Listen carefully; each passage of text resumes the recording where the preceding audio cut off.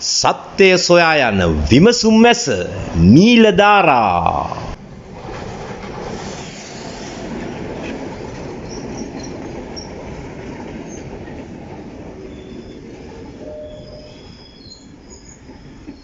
यहाँ पे सब वैसा लेकिन वेदिका मुझे देखा है तो ये माँ शांति बना भी करते हैं लेकिन वेदिका मुझे देखा है तो ये माँ मुताबिक बना के आते हैं නීලධාරා අද අඹේපුස්ස දුම්රිය ස්ථානයේ සිට 1864 දෙසැම්බර් 27 වෙනිදා හරියටම අද වගේ දවසක දැන්ට අවුරුදු 161කට එහෙතුති.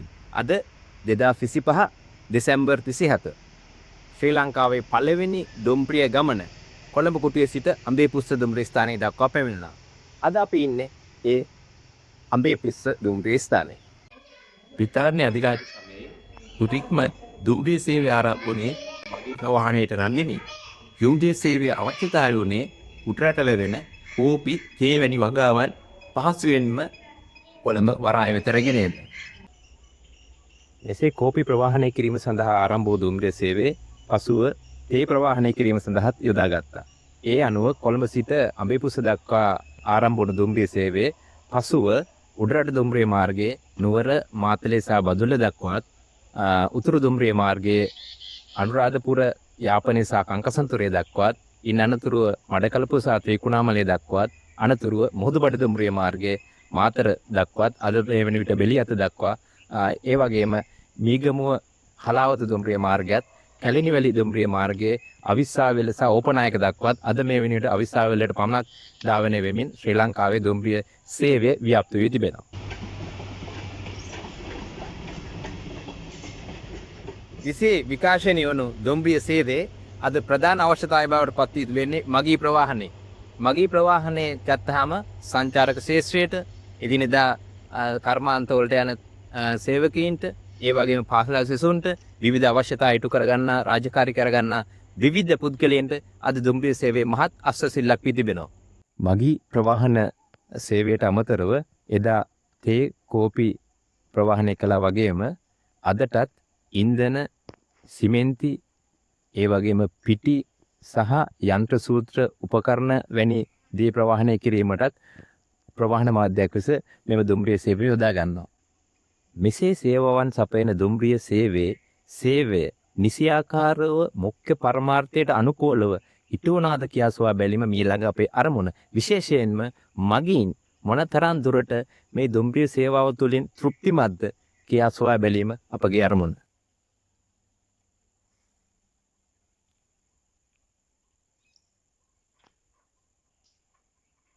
නිරන්තර සිදුවන වැඩ වර්ජන දුම්රිය පීලිපැනීම නිසියාකාරව සිදු නොවන නඩත්තු යල් පැන ගිය දුම්රිය එන්ජින් ඒ වගේම අකාරුණික දුම්රිය සේවක මහතුන්ගේ අකාරුණික සේවය මේ සියල්ලම දුම්රිය සේවයේ යථා පැවැත්මට මහත් බාධකයක් වෙලා තිබෙනවා. විශේෂයෙන්ම අපි හිතමු මෙහෙම පාසල් යන ළමයෙක් තමන්ගේ සීසන් එක ගන්න නියමිත වෙලාවට ගියාම ඒ සීසන් එක දුම්රිය ස්ථානයෙන් ලබා දෙන්නේ නැහැ. පස්සේ එන්න කියනවා. ඒ ළමයා නැවත වතාවක් දුම්රිය ස්ථානාධිපතිවරුන්ට අවශ්‍ය වෙලාවට දුම්රිය ස්ථානයට එන්න ඕනේ. එහෙම එන්න කාලයක් ඒ ළමයින්ට නැහැ. ඕන් පාසල් යනවා, අමතර පන්ති යනවා, විවිධ ක්‍රීඩා හෝ අමතර වැඩසටහන් වලට සහභාගී වෙනවා තමන්ගේ දෛනික ජීවිතේ. ඒ නිසා සමහර වෙලාවට දුම්රිය ප්‍රවේශ පත්‍රය ගන්න බෑ. මම පෞද්ගලික දන්න දෙයක් තමයි નિયમિત වෙලාවට. මෙන්න මේ වගේ අනීතික ක්‍රියා සිද්ධ කරන දුම්රිය සේවකින් තව අපේ මේ මිතුම් දුර ගමනක් යන වයසක පහේ අපේ ආච්චි අම්ම කෙනෙක් හෝ සීයා කෙනෙක් ආව දුම්රිය ස්ථානයට ඔහු අහනවා මේ වෙලාවට කීයටද පුතේ දුම්රියක් තියෙන්නේ. නමුත් මම දැකලා තියෙනවා ඒ පුද්ගලයන්ට අකාරුණික වචනෙන් සලකන දුම්රිය සේවකයන්. මෙසේ ක්‍රියා කරන දුම්රිය සේවයේ දුම්රිය සේවකයන් සහ නඩත්තු කටයුතු සහ යල්පැන ගිය දුම්රිය මැදිරි සහ එන්ජින් ආදියෙන් අද දුම්රිය සේවයේ ඉතාමත්ම පල්ලෙහා තත්ත්වයකට පත් වෙලා තියෙන බව නොරහසක්.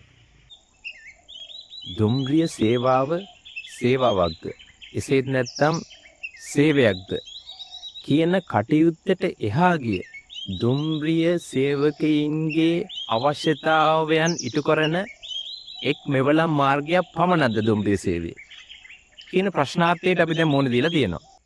අකාරුණික දුම්රිය සේවකයන්ට එහා ගිය ඉතාමත්ම කාරුණික දුම්රිය ස්ථානාධිපතිවරුන්, දුම්රිය රියදුරන්, දුම්රිය නියාමකවරුන් නැතුවවත් නොවේ.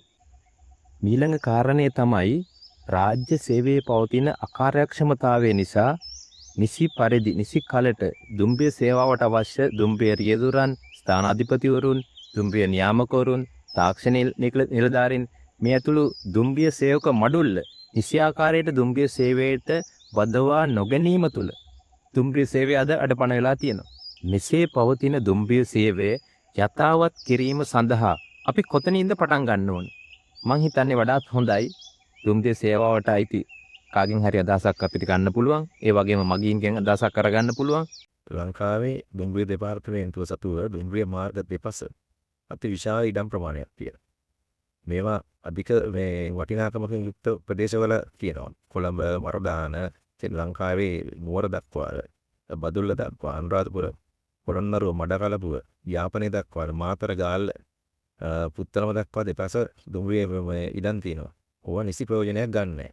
තාම දුවන්නේ රියල් පණ ගියදී දුම්රිය අවලංගු කිරීම. ඒ වගේම නව තාක්ෂණයත් එක්ක මේක එකතු වෙලා නැහැ. දුම්රියක් අවලංගු වුණාම ඒකට විකල්පයක් නැහැ. ඊළඟ දුම්රියට බලාගෙන ඉන්න ඕනේ. එතකොට මේකට අපහසුතාවයටපත් වෙන්නේ. ආර්යාල සේවක සහ පෞද්ගලික අංශය වෙන්නේ. රෝහල් වලට දෙද්දු බලන්න යන කට්ටිය. ඒගොල්ලන්ට වෙලාවට ඒ තැන් වලට යන්න බෑ. ඉතින් මේකට විසි ක්‍රමවේදයක් නැහැ.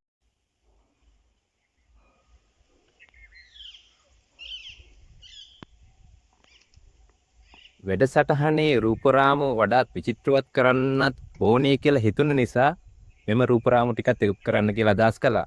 අපි මේ ඉන්නේ විල්වත්ත සහ බෝතලිය දුම්රිය ස්ථාන අතර පිහිටි ශ්‍රී ලංකාවේ උඩරට දුම්රිය මාර්ගයේ පළවෙනි බිංගේ අසල. සංචාරක කර්මාන්තයේ ප්‍රවාදනය කරන්න ශ්‍රී ලංකා දුම්රිය සේවයෙන් ඉමහත් පිටුවහලක් ලැබෙනවා.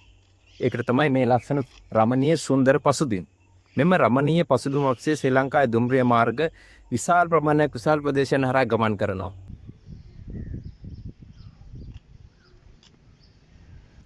උඩරට දුම්රිය මාර්ගයේ පළමු බිංගේ අසලේදී මම මතක් කළා සංචාරක පාරාදීසයන්ට ඔබින කදිම පරිසරයන් ඔස්සේ තමයි ශ්‍රී ලංකාවේ දුම්රිය මාර්ග පද්ධතිය වෙట్లా තියෙන්නේ කියලා. එහි ප්‍රධාන උදාහරණය ප්‍රබල උදාහරණයක් තියෙන තැනක තමයි දැන් මම මේ ඉන්නේ. මේ ඇල්ල දුම්රිය ස්ථානය. ඔබට මතකද? දැනට අවුරුදු 50කට ඉඳන් ඉස්සර අර දුම්රිය ස්ථානයකට ගිහින් දුම්රිය ප්‍රවේශ පත්‍රයක් ගන්න ගියාම ටිකට් එකක් කෝච්චි යන්න අර කටකට දාන්නේ ටකුස් ටුකුස් ටකුස් ටකුස් ගාලා ඒ අවුරුදු 50කට විතර ඉස්සෙල්ලා දුම්රිය ප්‍රවේශ පත්‍රයක් දුන්න විදිය. අදට එනකොට අවුරුදු 50කට විතර පස්සේ 2025 වෙනකොට අපේ දුම්රිය ස්ථානයකින් දුම්රිය ප්‍රවේශ පත්‍රයක් ගන්න පුළුවන්. ඒ කටට ටකුස් ටුකුස් එකයි කටට දාලා තමයි. ඒ තරම් යල් පැන ගිය ප්‍රවේශ පත්‍ර ක්‍රම විදියක් තමයි අද වෙනකොට ලංකා දුම්රිය සේවාවේ තියෙන්නේ. කොච්චර අනීතික දේවල් මේ මගින් කරනවද? දුම්රිය දෙපාර්තමේන්තුවට මොන තරම් පාඩු සිදු වෙනවද? ඔබ හිතනවද? හරියටම දුම්රිය දෙපාර්තමේන්තුව තමන්ගේ වියදම් මෙවෙන් පියව ගන්නවා කියලා ටිකට් එකේ. ප්‍රවේශ පත්‍ර වලින් මාසික වාරික නෑ. පැහැදිලි දත්තයන්ට අනුව දුම්රිය දෙපාර්තමේන්තුව නිරන්තරව පාඩු ලබනවා. හේතුව ආදායම උපයීම සඳහා ක්‍රමවත් වැඩපිළිවෙල අදට ඔබිල් විශේෂයෙන් මේ කලාපයේ තියෙන රටවල් දිහා බලන්න කලාපයේ තියෙන සෙසු රටවල් වල ක්‍රමවේදයන්ට අනුකූල වන ප්‍රවේශ පත්‍ර නිකුත් කිරීමේ ක්‍රමවේදයක් අපේ රටේ තාම නැහැ. 2000 වර්ෂයේ ඇල්ල නගරයේ තත්ත්වය නෙමෙයි 2010යි. 2010 තත්ත්වය නෙමෙයි අද මේ 2025 වෙනකොට. 2025ත් අවසාන භාගයට දැන් ඇවිල්ලා ඉවරයි. ඇල්ල නගරේ ගොඩක් වෙනස් වෙලා. රටේ ගොඩක් වෙනස් වෙලා. සංචාර කර්මාන්තයේ වර්ධනය හිමයි. 2025 වර්ෂයේ තමයි වාර්තාගත සංචාරකයන් සංඛ්‍යාවක් නියත වශයෙන්ම ශ්‍රී ලංකාවට එන්නේ. එහි පේන මානයන් දැන් ඇස් අගට ඇවිල්ලා ඉවරයි. ඒ වගේම තමයි අපේ දුම්රිය සේවාව දෙස අපි අන්නේ ආකාරයෙන් බලන්න. මම ඉස්සෙල්ලා කිව්වා ඒ කලාපීය දුම්රිය සේවාවන් එක ගත්තාම අනිත් රටවල් වල අපි බොහෝම පල්ලෙහා මට්ටමදී. මේ තත්ත්වය වෙනස් විය යුතුයි. මේ තත්ත්වය වෙනස් වෙන්න නම් අපි පටන් ගන්න ඕනේ යම්කිසි තැනක. මේ පුළුල් දුම්රිය සේවාව බවට පත් කරන්න නම් මේ පවතින සේවක වැඩ වර්ජන එහෙම නැත්නම් දුම්රිය මැදිරිවල තියෙන දෝෂ සේවකින්ගේ තියෙන අඩුපාඩුකම් මේ සියල්ල අකාමක හරව ගන්න නම් මං හිතන ප්‍රධාන වශයෙන්ම මේ දෙපාර්තමේන්තු ක්‍රමයෙන් අයින් කරලා අධිකාරිය බවට පත් කියලා. එවිට පුළුවන් පෞද්ගලිකංශයටත් මේට සම්බන්ධ යන්න. එවිට පුළුවන් අන්න තාක්ෂණය හොයාගෙන යන්න, නවීන ක්‍රමෝපාය හොයාගෙන යන්න. බලන්න අපේ ප්‍රධාන දුම්රිය මාර්ගය විශේෂයෙන්ම පානදුර සහ වේයන්ගුර අතර පවතින තත්ත්වය කොහොමද කියලා. දැන් මේ වෙනකොට හරිනම් කතා කොච්චර ඇති වුණාද? විදුලි දුම්රිය සේවාවක් මේ දුම්රිය ස්ථාන දෙක අතර ඇති කරන්න නෑ. කතාවල් විතරයි. ක්‍රියාවක් බවට පත් වෙන්නේ නෑ. මේ පවතින යල් පැනගිය දේශපාලනයේ නිරන්තරව අතගහන ක්‍රමවේදයත් එක්ක අපේ දුම්රිය සේවාව කවදාවත් වෙනස් වෙන්නේ නැහැ. මේ පුළුල් කරගන්න ප්‍රශස්ත කරගන්න හම්බ වෙන්නේ නැහැ. ප්‍රශස්ත දුම්රිය සේවාවක් සැපයීමට නම් අපි මේ කුලල් කා ගැනීමෙන් තොරව අධිකාරියක් බවට පත් කර ගැනීමෙන් අපිට පුළුවන් මේ සඳහා නිසි ක්‍රමවේදයක් නිසි ප්‍රතිඵලයක් ලබාගෙන අපේ දුම්රිය සේවාව හෙට දවසේදී මතු පරපුරට අපේ දරුවන්ට ලබා දෙන්න. රටක ආර්ථිකයේ කොදු නාරපිය බඳු දුම්රිය සේවාව මෙසේ දියුණු කිරීම සඳහා අපි කුමක් කළ යුතුද? විශේෂයෙන් ප්‍රධාන දුම්රිය ස්ථානවලට සම්බන්ධ බහුවිධ සංවර්ධන යෝජනා ක්‍රමයන් ක්‍රියාත්මක කරන්න පුළුවන්. දුම්රිය සේවාවට අනුකූල ඒකාබද්ධ වන මගී ප්‍රවාහන සේවාවක් බස් රථ හෝ කුලී රථ හෝ මගින් දුම්රිය සේවාවට ඒකාබද්ධ කළ යුතුයි. මේ ප්‍රධාන වශයෙන්ම වැදගත් වන්නේ සංචාරකින්ට සහ දුරගමන් යන විශේෂ අවශ්‍යතා ඇති පුද්ගලයන්ට. මෙවැනි කාරණා සොයා බලන විට දුම්රිය සේවාව ප්‍රශස්ත දුම්රිය සේවාවක් බවට පත් කරන්න අපිට කරන්න පුළුවන් ක්‍රමවේදයන් ගොඩක් තියෙනවා. අපි ඒ සඳහා පෙළ ගැසිය යුතුයි. අවධානය යොමු කළ යුත්තන්ගේ අවධානය යොමු යුතුයි.